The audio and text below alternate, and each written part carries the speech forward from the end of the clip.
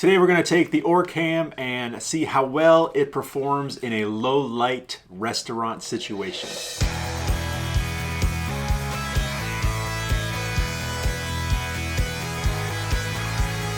Hey guys, it's Sam with The Blind Life. Thank you very much for coming back to the show. Before we get started with the video today, I want to let you know that this Friday, November 16th, I'm going to be doing a live stream Q&A.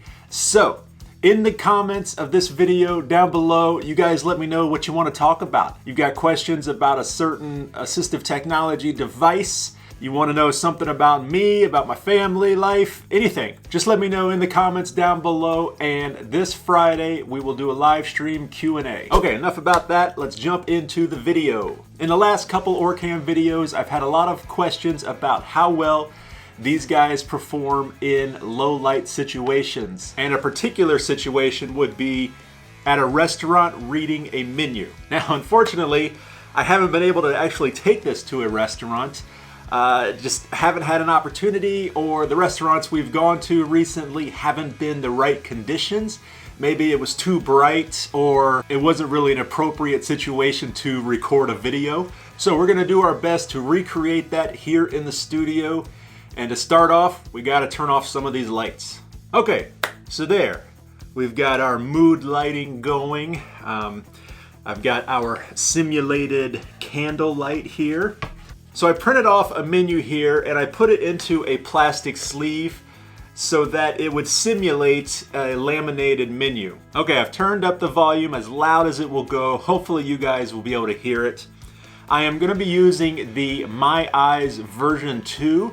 This is the wireless system, the brand new one that just came out a couple months ago. This is the one that I used in my grocery shopping video. Once again, before I get started, huge thank you to OrCam for letting me use this for a couple months to make these videos.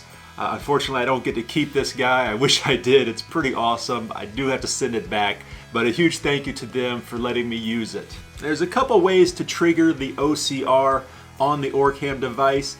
You can use a finger pointing gesture where you point at the document, then you take your finger away.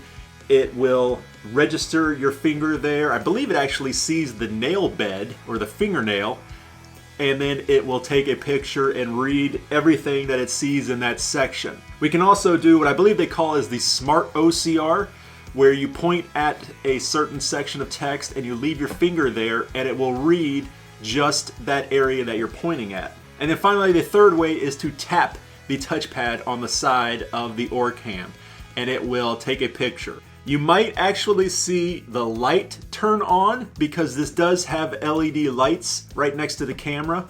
And if the ambient light is low enough, they will automatically be triggered. Okay, so we're just going to use the basic gesture here, the point gesture, and just see if it can read anything on this menu here. So I'm gonna hold it up at about eye level, straight in front of me here. It's about 12 inches away, and just point at a random spot on the menu.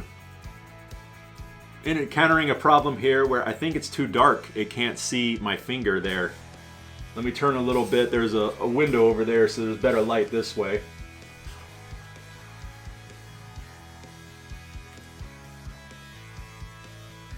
Yeah, it doesn't see my finger. So I'm just going to press it on the side then instead. Luckily, as I said, they give you that option as well. Took a picture. 1 egg roll. Appetizers. Skipped 1 line of unreadable text. Vegetable egg roll. 2. Crab meat rangoon. 4. Fried shrimps. 6. Pot stickers.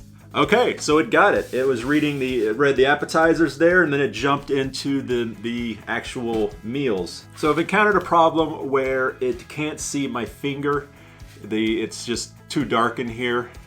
So this would probably be the most extreme cases you would run into as far as low light situation. Yeah, and it just can't see my finger, which means unfortunately I can't do the smart OCR where I point at a certain section and it reads that section, and then I point to another section and it reads that one. It just doesn't work in here. Let's try this. There we go. Chicken wings teriyaki, chicken wings teriyaki, chicken. 4. Teriyaki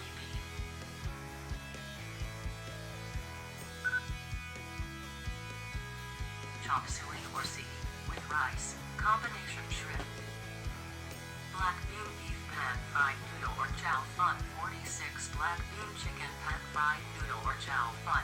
Black bean shrimp pan fried noodle or chow fun Singapore noodle. Okay, so it worked. So as soon as it was able to see my finger, I was able to point at a section of the menu, and it read just those couple of lines of text that I was pointing at.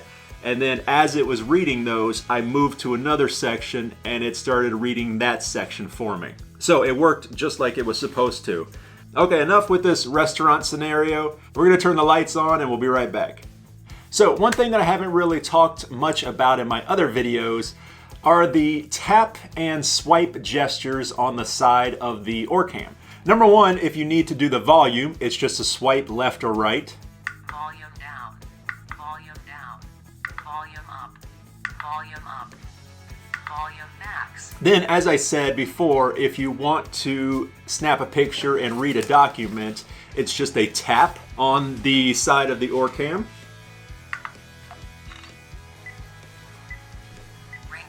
Appetizers. Skipped one line.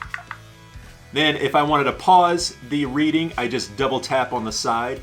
You can hear it's beeping now, which that is an audio indication letting me know that it's paused, currently paused. If I want to start reading again, just double tap. Line of unreadable text. Vegetable egg roast. If I want to skip ahead, skip forward, I just swipe forward. 4.50, 59. If I want to skip back or go backwards, swipe back. Skipped one line. OSPAD sticker. Shrimp and e-vegetable. OSPAD sticker. And if I want to stop, just tap the side again. Now also in one of my last videos, my shopping video, I didn't show the barcode scanning functionality of the OrCam. And that was a big mistake on my part. It was a hugely missed opportunity. I mean, I was in a grocery store surrounded by barcodes and I didn't try it. So I wanted to do that now. So since it is flu season right now, we have medicine lying around the house all over the place. So let's try and read one of these barcodes and see if it will register. So there's Familiar barcode. Ah. 0000000. There, it already read it. I just brought it into view for just a second and it automatically recognized it. So it will detect a barcode like that and read it. Unfamiliar barcode.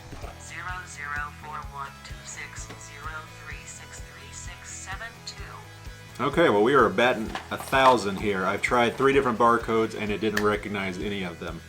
One of these is generic Kroger medicine, but this one is Tylenol. Surely it would recognize Tylenol medicine. Tylenol cold. So, I don't know.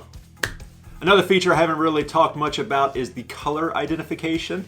And the way this works is the very same gesture. Basically, if you do that gesture on text, it's going to read the text. But if you do the gesture on just a blank area, it's going to try and identify the color of that area. So let's try it out on our book of colored craft paper. You might remember this from my last video. We had a very funny incident with this that surprised me a lot. If you haven't seen that, go check out that video, my Envision AI video.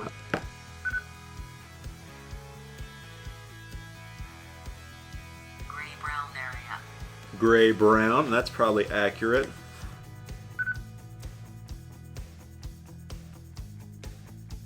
Red area. Red, okay, it's reddish. This might be the one here. Brown area. Brown area. Yellow-brown area. Okay, yellow-brown. That's not what I got with the app in my previous video. Once again, go check it out. Let's try this one. It should be black.